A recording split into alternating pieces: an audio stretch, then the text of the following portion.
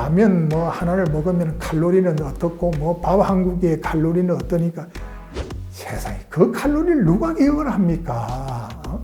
더구나 나이가 들어가면서 친구 이름도 가물가물해지는 분인데 짜장면을 먹어서 이게 뭔가 좀 곤란할 것 같아. 짜장면 하나 몇 칼로리라는 게 말이 됩니까? 이 집 짜장면 틀리고 저 집 짜장면 틀리는데 술 한 잔 마시면 몇 칼로리 이거 술맛 떨어지죠. 뭐 밥맛도 떨어지고 뭐 온갖 맛이 다 떨어지고 칼로리 계산 100번 할 필요 없습니다. 가장 중요한 거는 김홍건입니다. 2019년에 서울대학교 의과대학 흉부외과 교수직을 정년 퇴임하고 지금은 서울대학교 의과대학 명예교수로 있습니다. 정년 퇴임 후에 해내려는 마음은 늙지 않는다라는 책으로 많은 분들과 소통하고 있습니다.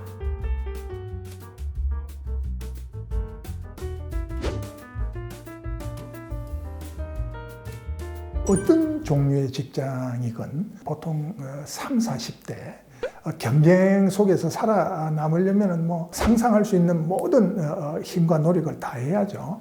그러다 보면은 소위 말하면 왕년에 젊었을 때 좋았던 몸도 흔히 하는 이야기로 이제 망가지는 거죠. 몸이라는 게 공부하고 똑같아서 하면은 발전하고 안 하면은 쇠퇴하는 겁니다. 사람이 자기 인생에 20살이다, 30살이다, 40살이다 이렇게 딱딱 떨어지는 나이 때는 뭔가 자기 스스로 느끼기에도 상징성이 있지 않습니까?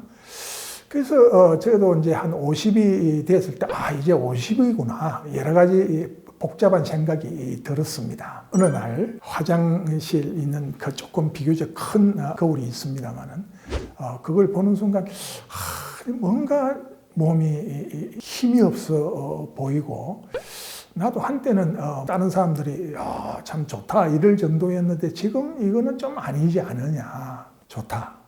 나이 50에 더 늙어가기 전에 새로운 모멘텀을 만들기 위해서라도 몸을 한번 만들어 봐야 되겠다. 근데 단순하게 혼자서 몸을 만들겠다.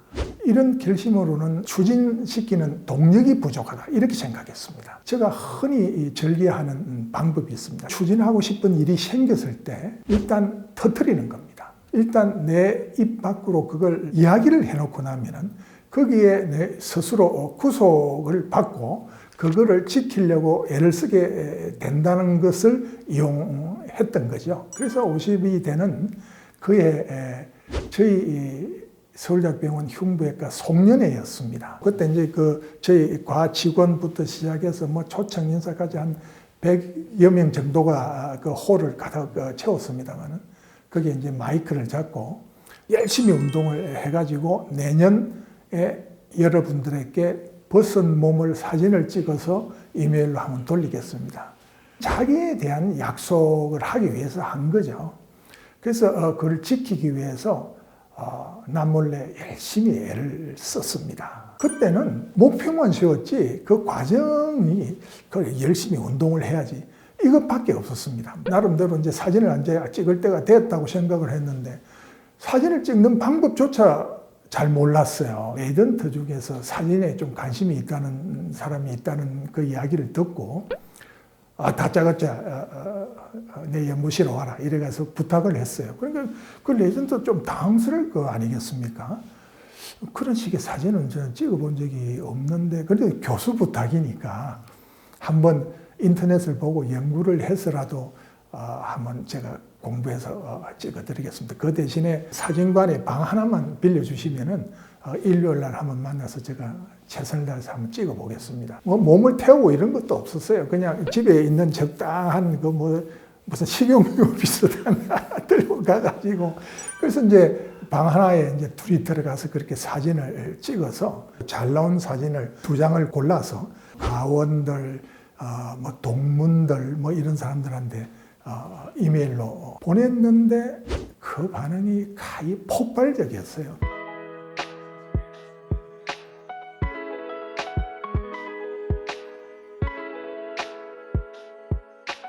그게 이제 50이라는 나이에 그런 이벤트가 있었고 그게 계기가 돼서 사실은 지금 이제 벌써 20년 다 돼가지고 70이니까 말이죠. 몸을 유지하고 있는 그런 계기가 된 겁니다. 나중에 보니까 좀 더 전문적으로 사진을 찍어주는 사람도 있고 좀 더 사진이 잘 나오려면 몸도 좀 태워야 되고 뭐 이런 게 필요하다는 걸 뒤늦게 알았어요. 그래가지고 몸도 태우고 조금 더 전문적인 분한테 부탁을 한 게 지금부터 10여 년 전에 이제 그렇게 해서 그때는 첩까지 만들어서 배부를 했습니다. 그리고 마지막이 정년 5년 전에 정년 퇴임할 때 그걸 기념해서 찍었으니까 모두 3번 되겠습니다.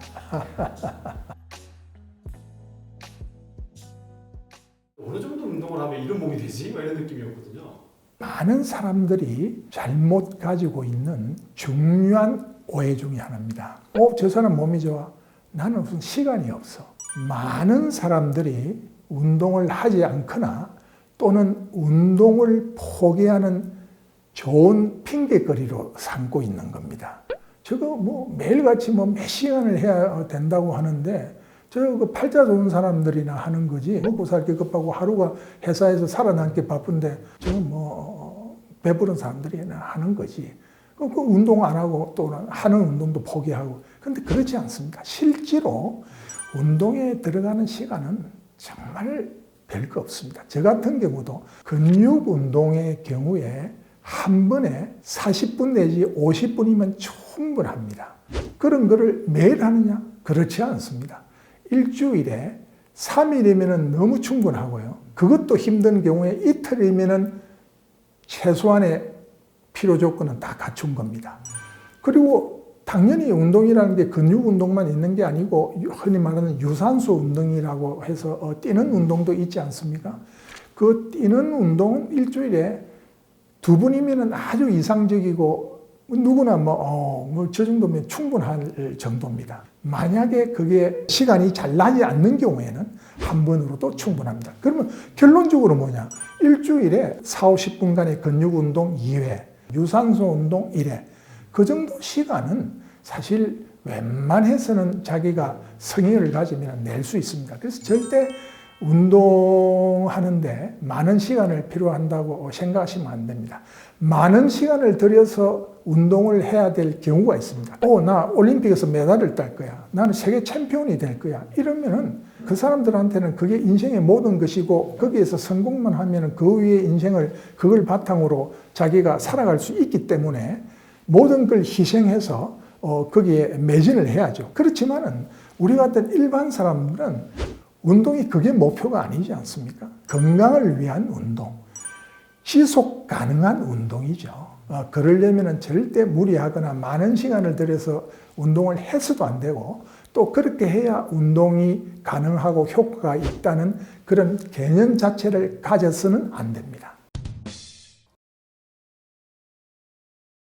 교수님이 쓰신 교과서가 흉부외과 쪽에서 가장 많은 그렇습니다. 의대생들이 보는 교과서라고 제가 교수님 그때 생활이 정말 바쁘셨을 것 같기도 하네요. 바쁘면은 흔히들 무너지기 쉽습니다. 하고 있는 일 중에 어느 한 가지를 포기하기 쉽습니다.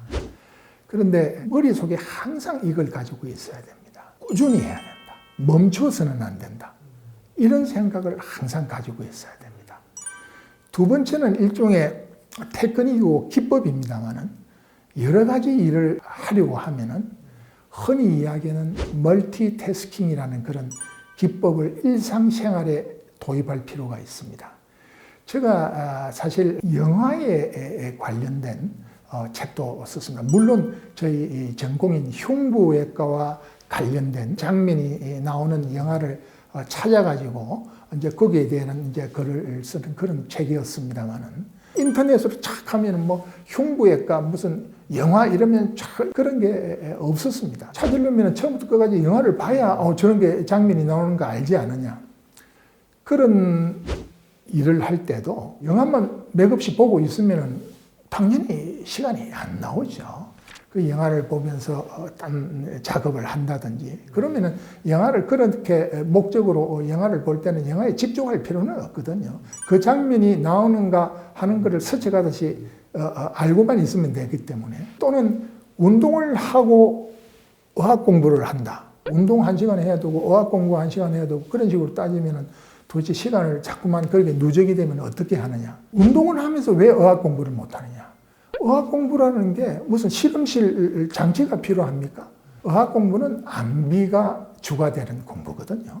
암기는 사실 몸을 움직이면서 동시에 할 수 있습니다. 예를 들어서 오늘은 스케줄상 달리기를 해야 되겠다. 이러면은 달리기 하기 전에 한 30분이든 1시간 전 단어 암기를 공부합니다. 단어 암기는 공부하고 나서 조금 돌아서서 한 5분 멈칫하면 한 반은 날아가 버립니다. 또 그리고 30분 지나면은 한 3분의 2 없어지고 말이죠. 그 다음날 일어나면은 몇 개 남들 이럴 정도입니다. 그런데 그 모든 암기는 그 직후에 그거를 대식해 주면은 효과가 2배, 3배, 4배 이렇게 상승을 하거든요.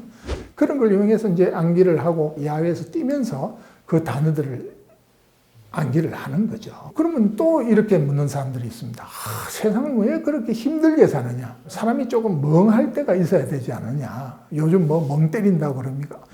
당연히 그럴 시간도 있죠. 아침에 일어나서 저녁에 잘 때까지 저런 식으로 계속 그냥 이 일하고 저 일하고 그렇게 하는 게 아닙니다. 할 때 그렇게 집중적으로 하고 또 놀 때 놀고 멍 때릴 때 멍 때리고 술 마실 때 술 마시고 이렇게 하는 거죠. 내가 앞으로 나가야 되겠다고 이런 전진적인 마음이 생기는 것은 하루에 몇 시간 또는 일주일에 하루 이틀 그 정도입니다. 나머지는 쉬고 싶죠. 놀고 싶죠. 즐기고 싶죠. 그런데 제가 말하는 뜻은 그런 강력한 의욕이 생길 때 한꺼번에 치고 들어가라는 거죠. 근육을 다시 키우는 게 아니라 다이어트도 중요하지 않습니까? 그렇습니다. 중장년층, 특히 시니어들 다이어트 성공하는 비결 없을까요? 다이어트에 성공하려면은 다이어트에 실패하지 않아야 됩니다. 그런데 이게 말장난 같습니다만은 이게 묘미가 있습니다. 왜 많은 사람들이 다이어트 실패를 하는가? 너무 처음에 목표를 무리하게 가져가가지고 다이어트를 급작스럽게 진행을 하는 경우 또 초기에 자기가 원하는 바람직한 결과를 못 이루었다고 해서 쉽게 실망하고 포기하는 경우입니다. 처음에 다이어트 하는 사람들의 대부분의 경험을 보면은 일단 식사량을 줄이는 거죠. 그리고 칼로리가 낮다고 소문난 음식을 이제 먹으면서 기름진 것을 피하고 이렇게 되면은 당장 체중계에 올라가면은 체중이 수치상으로 벌써 줄기 시작합니다. 굉장히 기분이 좋죠. 그러면 막 의욕이 넘쳐 흐릅니다. 그게 위험한 겁니다. 자기가 어느 정도 줄이면은 그걸 자꾸만 그 숫자에 연연하지 말고 그걸 유지를 해야 됩니다. 무리하면은 요요 현상이 생깁니다. 모든 동물 중에서 의도적으로 다이어트를 해서 체중을 줄이겠다는 게 사람 말고는 어떤 동물이 그런 동물이 있습니까? 사람도 결국은 아무리 자기가 이성으로 몸 무게를 줄이는 게 좋다고 자기를 세뇌를 시키고 자기를 이끌라 그래도 본능에는 이길지를 못해요. 우리 몸은 주인의 순간 그 의지나 목표를 이해하지 못합니다. 이 사람이 왜 이러냐? 왜 나를 굶기냐? 그러니까 자꾸만 그게 본능적으로 그 거부 반응이 생기고 그래가지고 한번 거기서 요요가 생겨서 체중이 오르기 시작하면은 그냥 쉽게 포기를 역시 나는 안 돼. 역시 나는 안 돼. 그런데 그렇게 다이어트에 실패하는 그 배경에는 다이어트 이론을 복잡하게 가져가는 것도 굉장히 큰 요인의 하나입니다. 지금 다이어트를 수없는 사람들이 하고 싶어 하고 반면 너무 그 실행 과정은 어렵고 하다 보니까 그 머리 좋은 많은 사람들이 그 황금 시장을 놓칠 리가 있겠습니까? 엄청난 이론을 내세우면서 각종 다이어트 기법과 이론을 자기 나름대로 상품화해서 사람들한테 세뇌를 시킵니다. 그럼 뭐 본인은 상업적 이익을 얻는 거죠. 얼마나 수많은 다이어트 이론이 나와 있는지 뭐 잘 아실 겁니다. 가장 그 이론 중에 흔한 게 칼로리를 계산해서 먹으라는 거죠. 라면 뭐 하나를 먹으면 칼로리는 어떻고 뭐 밥 한 국의 칼로리는 어떠니까 세상에 그 칼로리를 누가 기억을 합니까? 더구나 나이가 들어가면서 친구 이름도 가물가물해지는 분인데 방송에 나오는 그 전문가라는 사람도 그 칼로리 일일이 기억 다 못합니다. 그냥 방송 출연 전에 이제 그걸 좀 외워서 다시 나오는 거죠. 그러니까 일반 사람이 그걸 흉내내 가지고 아 이거 오늘은 내가 뭐 하루에 몇 칼로리를 넘으면 안 되는데 오 짜장면을 먹어서 이게 뭔가 좀 곤란할 것 같아.